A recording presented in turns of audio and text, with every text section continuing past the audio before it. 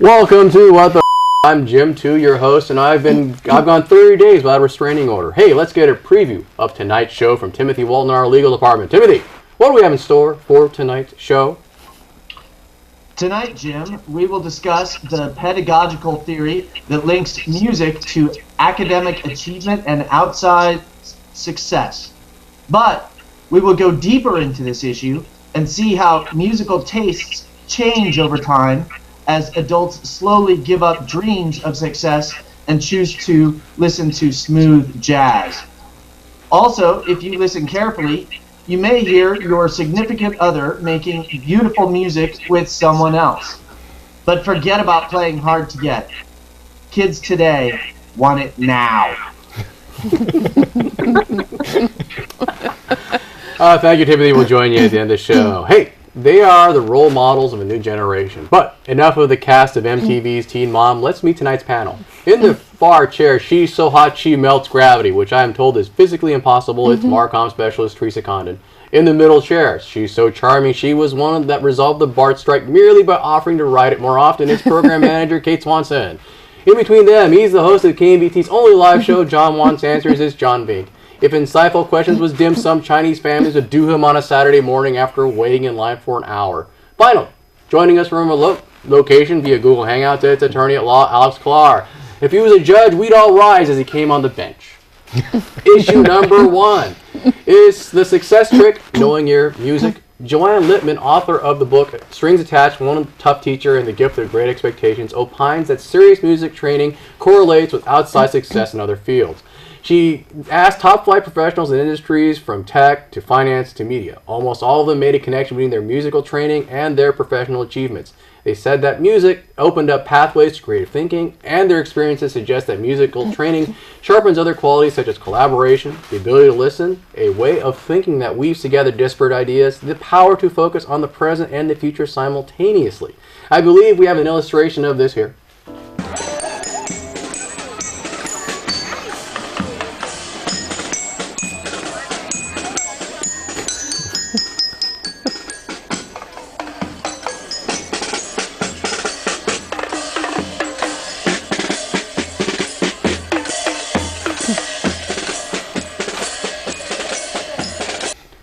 I believe those two guys were the Winkle twins, Winklevoss twins. I think they founded Facebook. Is that right? Anyway, hey, music, the key to success. Teresa, does this sound right to you or not?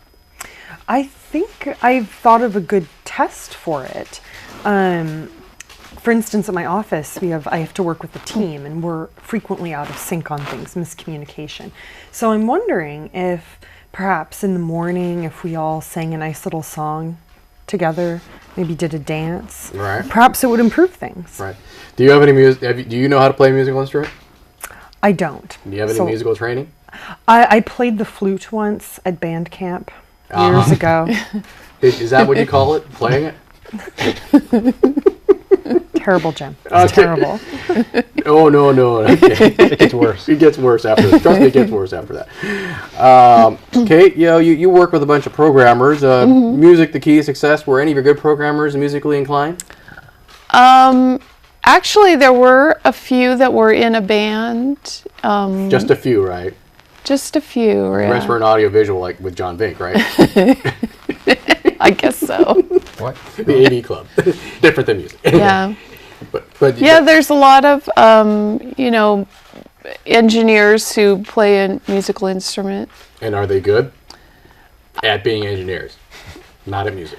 I think they're probably better at being engineers than music because that's why they do engineering for a job. Do you think the engineers that have musical background have any more talent than those who do not, based on your observations? I don't think you could tell.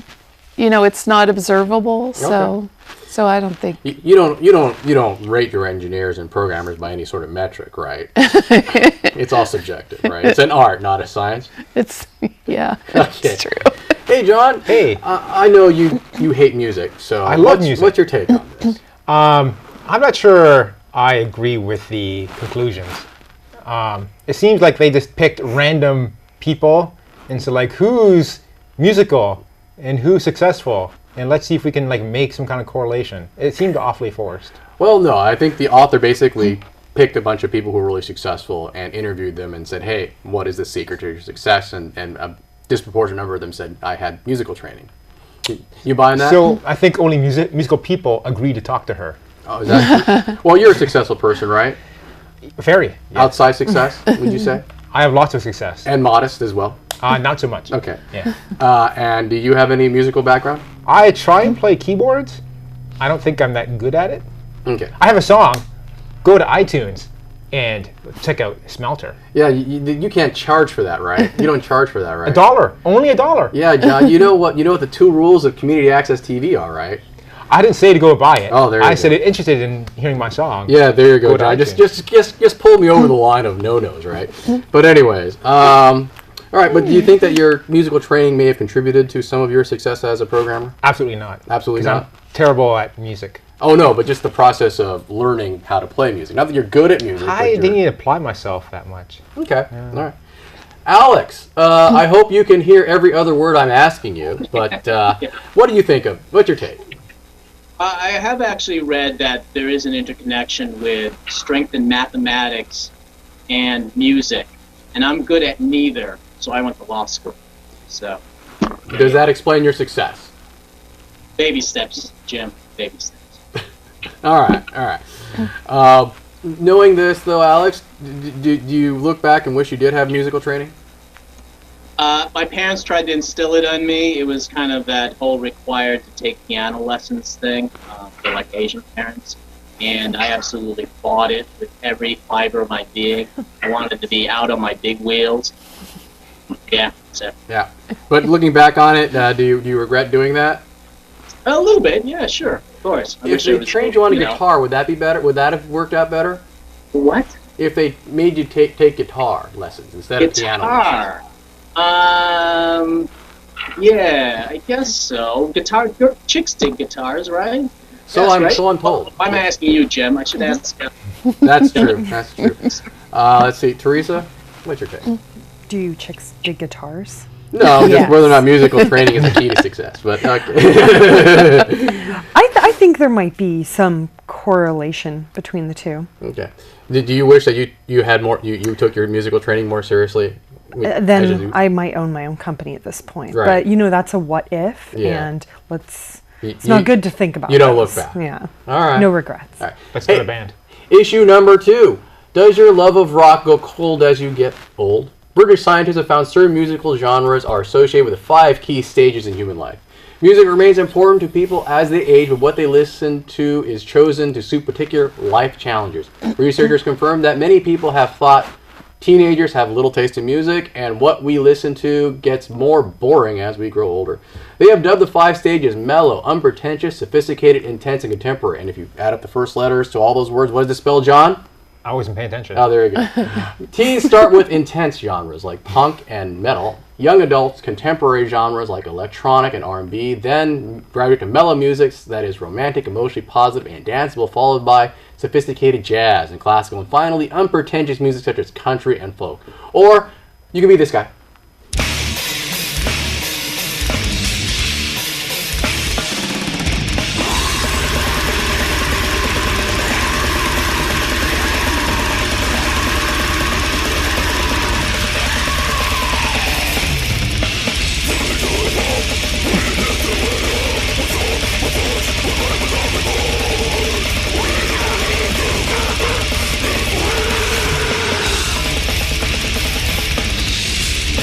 Now, that dog is only about 2 years old, but I think it's like 80 in dog years or something like that. But anyway.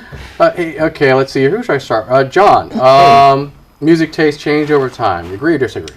I don't know. I love music. I think the music that's current to when you're a teenager tends to be your favorite music in your life. Okay. So I love 80s music. Right.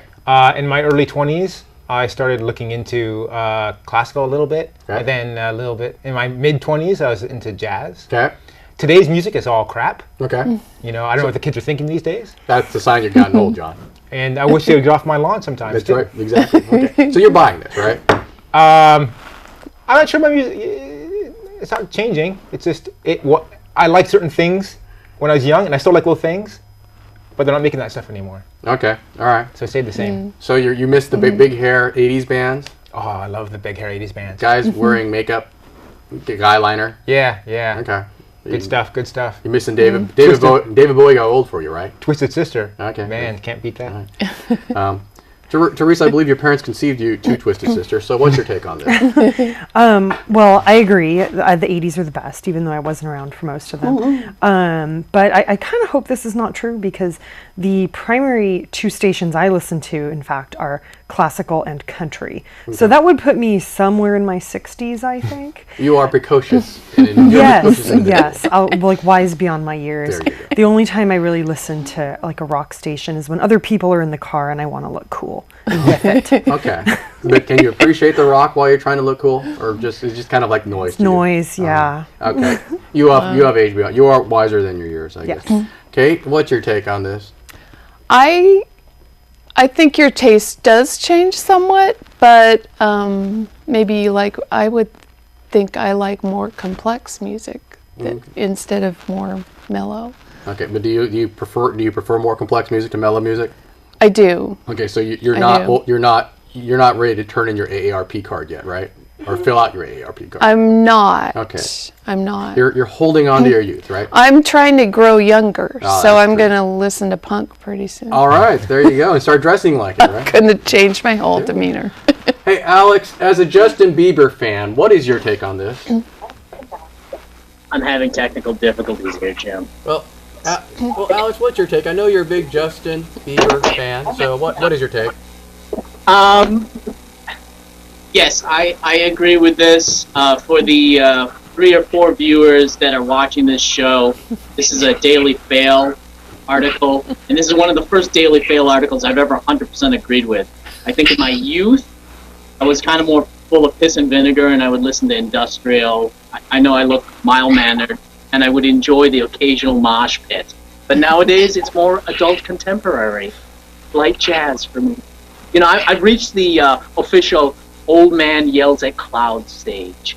I hate piano. I hate those modern music. It's noise. That type. You stole John Vink's thunder there, Alex, but it's all right. It's okay. So everyone's agreeing with this. All right. All right. So I guess thank you for not asking me about my musical taste throughout my life. I really appreciate that. Hey, what is the new renewable green energy source that will soon sweep the nation and clean up urban blight? John Vink will tell us after the next break in his new book, The Matrix Part 4, What Body Heat from Hobos. Illegal tension. Oh, we're back. Issue number 3. If you make her moan, will your voice have a different tone? New research from Albright College, which is a real college, has found that men and women alter their voices when speaking to lovers versus friends, and that such variations can potentially be used to detect infidelity.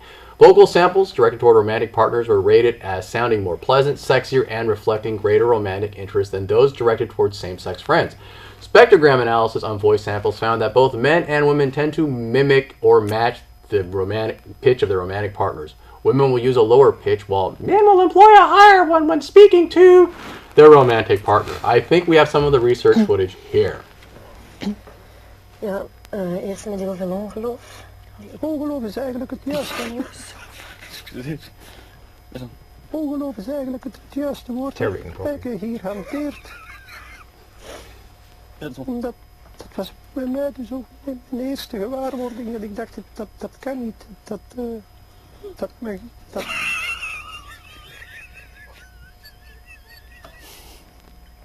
Excuseer, dames en heren. Dus, je probeert dan terug je toekomst. Oh, yeah, anyways, I just pissed off my audio guy by doing that. So, hey, match your voice to that of your loved one. Teresa, you buying this or not? I noticed the first thing you said was that it can be used to, possibly be used to indicate infidelity. Right. Well, I'll have to look into this. Because? I'm not saying I suspect anything, but, you know, I'm just saying I'm going to start listening a little closer when my boyfriend talks to me, so. Well, if he's talking to you, his pitch will match yours, right? No, but they were saying that it could possibly like indicate infidelity if your Yes, but he'll have to talk pitch of about your voice somebody changes. else. So if you ask him, so let's say like, oh, talk about like you have a female, like a woman friend that you both know, and then all of a sudden he starts talking about her, and then his tone of voice will change. It's like, okay, so I'm going to start listening. Like, oh, Claudia, she's really hot. Right. Okay. Right. Start listening closer. There you go. You're not worried about that, are you? Of course not. Okay, right.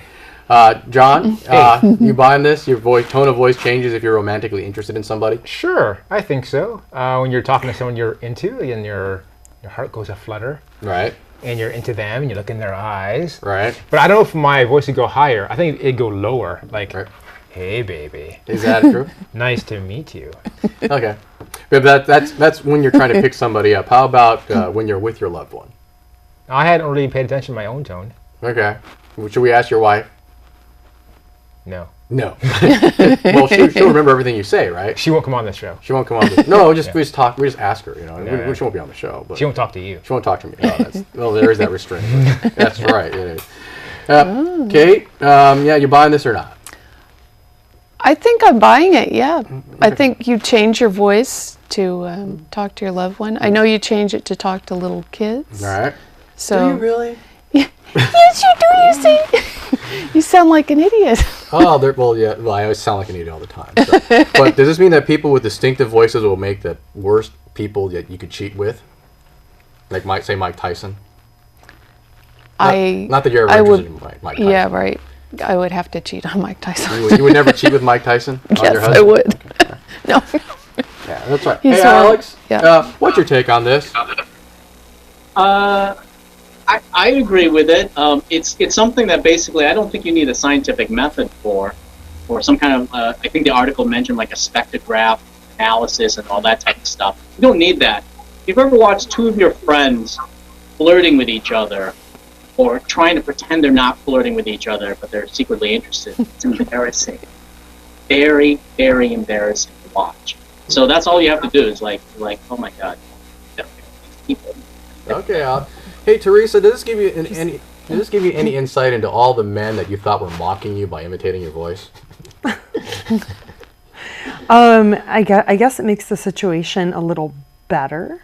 Right, but not much better, right? Yeah, not much better because their voice is very squeaky. I hope I don't sound like that. You haven't seen yourself on TV much, have you? No. Okay, there you go. Issue number 4. If you act aloof, will you look like a goof? A study by dating website eHarmony has found that playing hard to get with a potential partner is no longer attractive to the opposite sex. Only 1 in 14 singles now obey the 3-day rule before making contact with a date, and only 4% of singles thought you should wait before replying to a message from a new partner. On the other hand, singles should avoid Facebook stalking before the first date, even though 38% of daters admit to doing it. So, will chasing someone make you more attractive? Let's find out. Oh, this is a rerun. Yes, it is.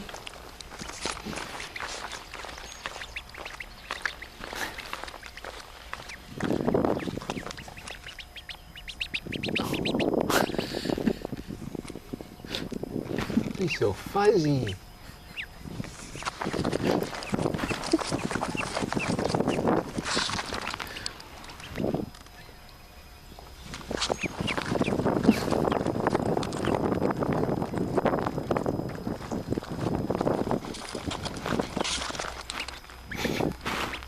So I guess the secret is to keep chasing him. Eventually they'll get tired and you'll catch them, right? That's what worked for me. Oh, by the way, adorable and delicious. And delicious. Hey, Alex, playing hard to get, making you no longer attractive. Are you buying this or not? You know what, Jim, if I could go back a moment here, that clip of that duck chasing the guy, that was an example of your dating. That was you, wasn't it? Was I the dude or the duck? You're the dude. There you go. Well, the duck was delicious. I ate the duck. Hey, you know, Jim, sorry to screw up the order here, but, you know, I was thinking that a good format for your show is have Teresa come on with her boyfriend and do the whole the voice analysis thing. So, like, could switch the show over instead to more of a Phil Donahue. I can't afford a spectrograph. Sorry, off the issue. All right. Hey, John. Are you buying this study, or is this just a scam by eHarmony and the vendors of flowers and candy, aka Big Love? Nice guys finish last. Right. That's all you got to know. So if you're nice to a lady, she will not be interested. She will date the jerk who's making fun of you behind your back. Okay. And that explains your current marital bliss. Is that correct? I had to act very obnoxious to attract my wife. Could you provide us an illustration? Hey, I'm awesome. You should date me. That was it? Really? That worked? It was a long time ago. It was a different time, man. Okay. She was drunk, wasn't she? It was the 80s. It was persistence, mostly.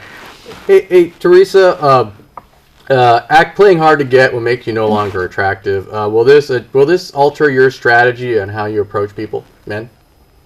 Well, I'm usually not the one who's pursuing.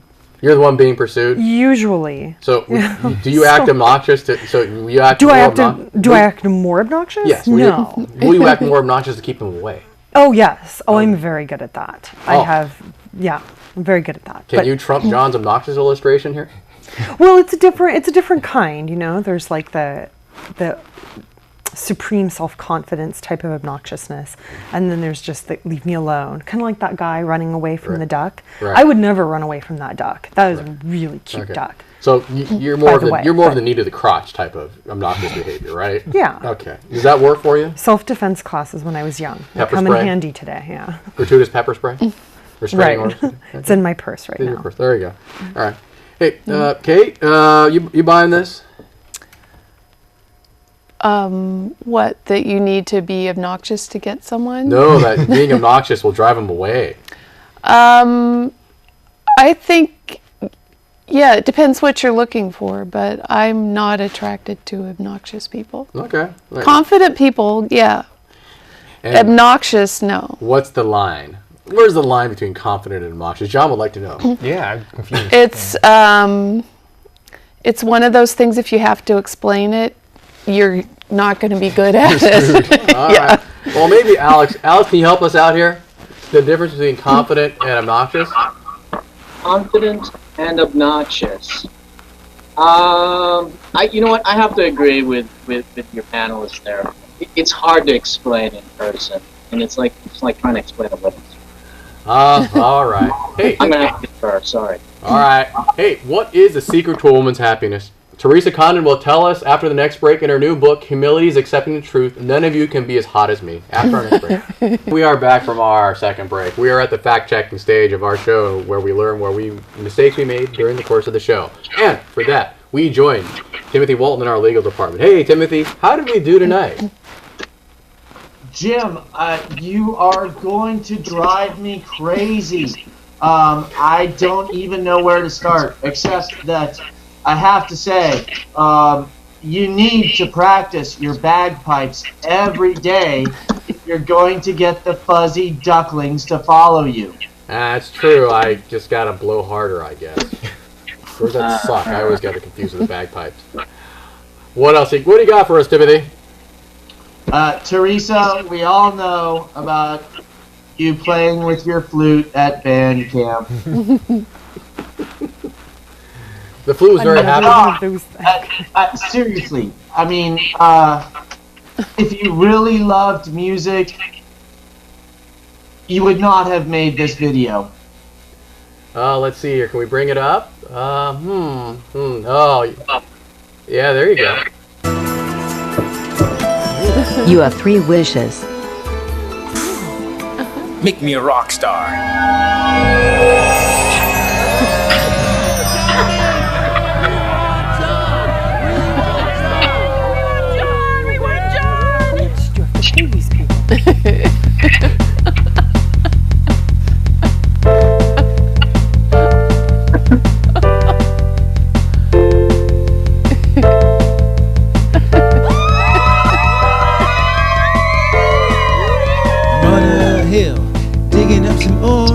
Dug a bunch, but I always need more. It has to go down this big hill. Oh my gosh, hope it doesn't spill.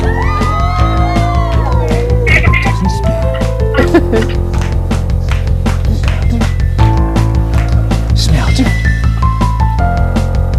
Smelter. Gonna make it really hot.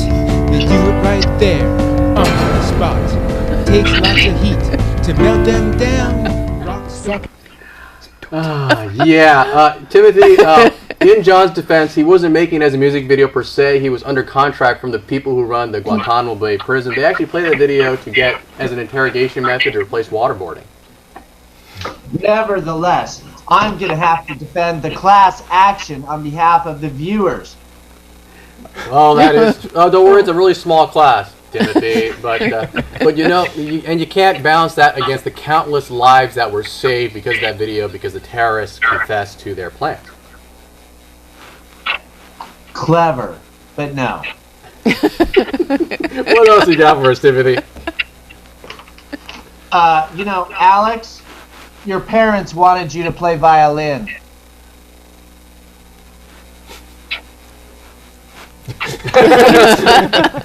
He couldn't play that either. He couldn't play that either. Teresa, chicks dig guys who play guitar. Mostly, they can't tell a Strat from a Gibson SG. Teresa doesn't know what you're talking about. No. They're types of guitars, if I'm not mistaken, or one's a bass. But it doesn't matter. It's a guitar. All right. Well, Kate, try to look cool as you listen to Teresa's car radio. You can listen to Black Flag and Flipper when you get home.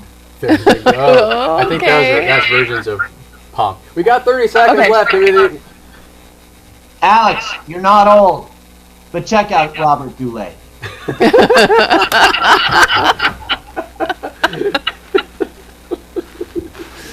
Got one more for the road? Teresa, it's clear you suspect something. Here's the test.